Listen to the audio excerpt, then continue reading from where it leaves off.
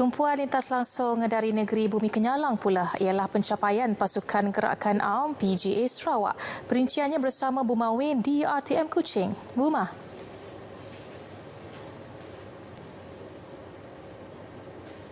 Baik Zera, terima kasih. Salam sejahtera dan salam hormat. Politeknik Bukah dan Politeknik Metro Betong hari ini menerima dua buah bas bernilai RM597,000 hasil sumbangan kerajaan negeri. Penyerahan bas 25 tempat duduk itu disempurnakan oleh Ketua Menteri Datuk Patinggi Abang Johari Tonopeng dalam satu majlis ringkas di pekarangan Wisma Bapa Malaysia di Kuching.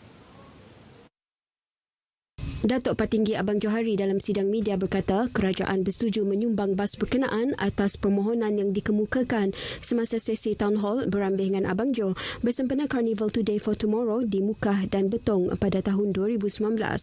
Beliau berharap sumbangan tersebut dapat memudahkan lagi pergerakan pelajar dan pelaksanaan aktiviti yang berkaitan. Menurut Ketua Menteri lagi, ini merupakan antara inisiatif kerajaan dalam memastikan pembangunan pendidikan serta prasarana pendidikan di Sarawak bagi mewujudkan suasana belajar yang kondusif untuk pelajar pelbagai peringkat. Jelasnya inisiatif-inisiatif lain termasuk memberi perkhidmatan bas sekolah percuma serta membayar kos penerbangan balik ke Sarawak kepada pelajar pengajian tinggi yang belajar di luar negeri. Kerajaan negeri menerusi Jawatankuasa Bencana Negeri Sarawak JPBN dijangka menyalur bantuan bekalan makanan di kawasan yang dikuatkuasakan Perintah Kawalan Pergerakan PKP di bahagian Sibu yang meliputi daerah Sibu, Selangau dan Kenawit mulai Rabu ini. Timbalan Ketua Menteri Datuk Amar Awan Tengah Ali Hassan memaklumkan bekalan itu akan disalurkan setelah data dan maklumat diperolehi daripada Jawatankuasa Pengurusan Bencana Bahagian Sibu bagi mendapatkan jumlah sebenar ketua isi rumah di 3 kawasan terbabit. Jelasnya berdasarkan maklumat awal daripada Pejabat Residen Sibu, 73,000 jumlah isi rumah di kawasan yang terjejas dan setakat ini kerajaan akan menyalurkan dana berdasarkan data yang diterima kepada JPBB Sibu, Selangau dan Kenawit untuk tindakan seterusnya.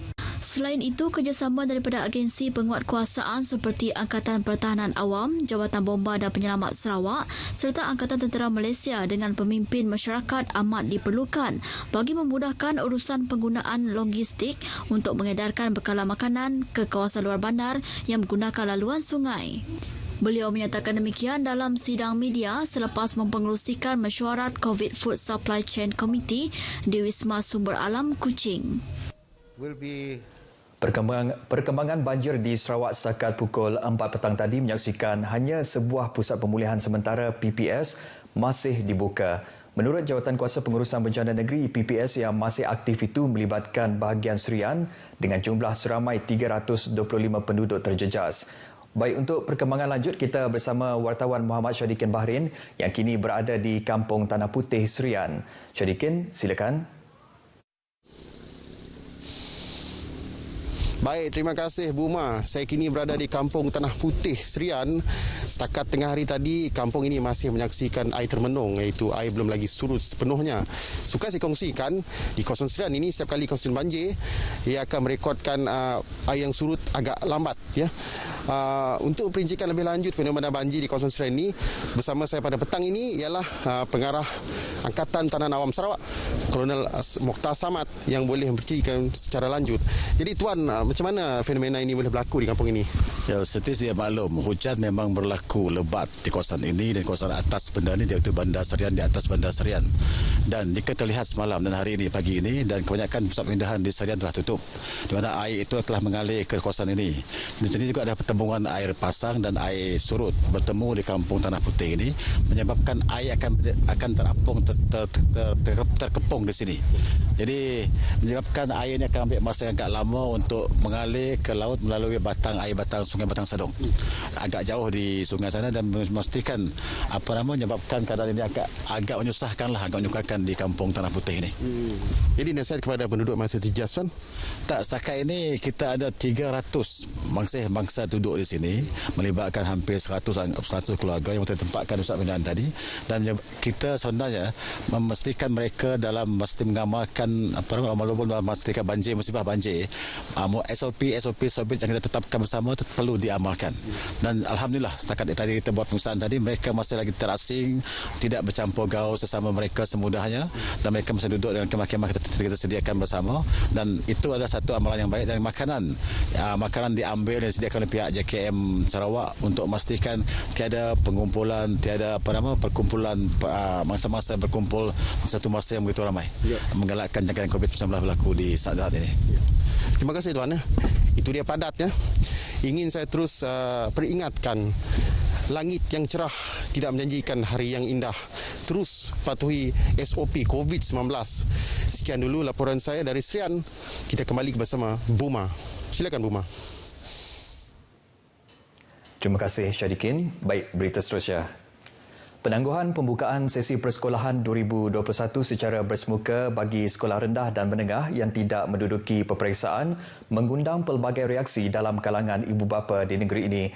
Melihat pada situasi semasa kes COVID-19 di Sarawak, terdapat ibu bapa bersetuju pembukaan sesi persekolahan tahun ini ditangguhkan. Tidak kurang pula yang mahu sesi persekolahan bersemuka dibuka secepatnya.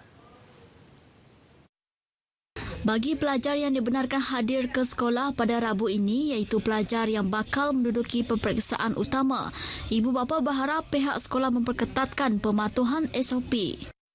Macam orang nak SPM macam mana nak mu dapat ya sedah lah boleh lah sebab mungkin munya macam dak na mana nak primary nak secondary ya munya banyak takut lagi nya SOP nya takut sakut dikawal lah sebab munya mananya form 5 senang si lah banyaknya pun sidaknya nak senang dikawal macamnya. Saya tak setujulah sesi persekolahan ditangguhkan sebab apa, bagi kawasan luar bandar tidak ada internet kuat, tidak sesuai untuk budak-budak mengambil kelas online. Kalau budak kerja belajar kat rumah pun dia orang macam indah tak indah je dia orang belajar, tapi kalau kat sekolah dia orang tumpukan perhatian sepenuhnya kat bilik darjah lah, cikgu kan nak dia orang kira berhadapan dengan cikgu, dia orang dapat belajar. Tapi kalau di rumah memang susah nak belajar dia orang. Kalau di sekolah dia orang ikut cikgu boleh ajar ikut dia orang masa dia orang lah, bukan masa budak.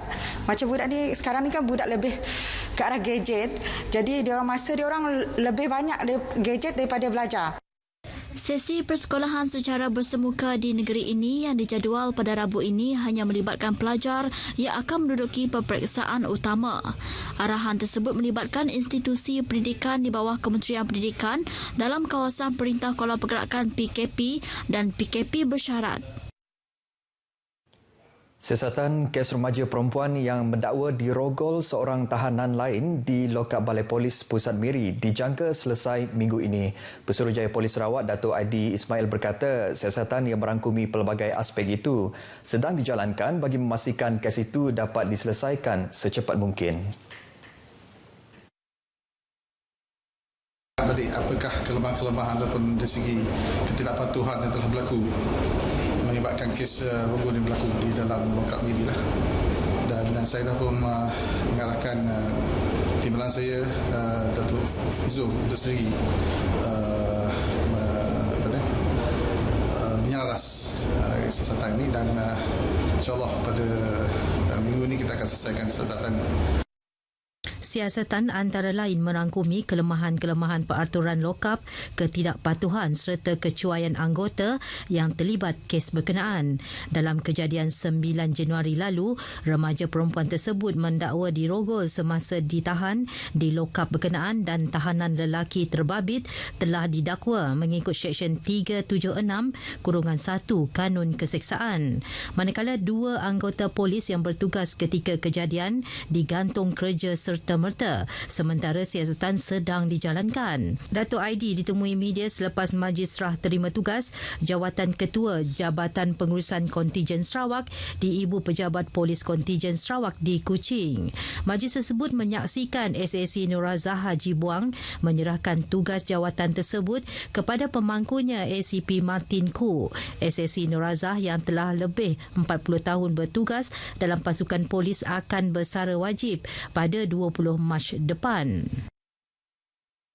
Baik, saudara, sekian dahulu perkembangan berita wilayah dari Sarawak. Kita kembali ke Angkasa Puri bersama Zera. Silakan, Zera. Terima kasih, Bu Ma.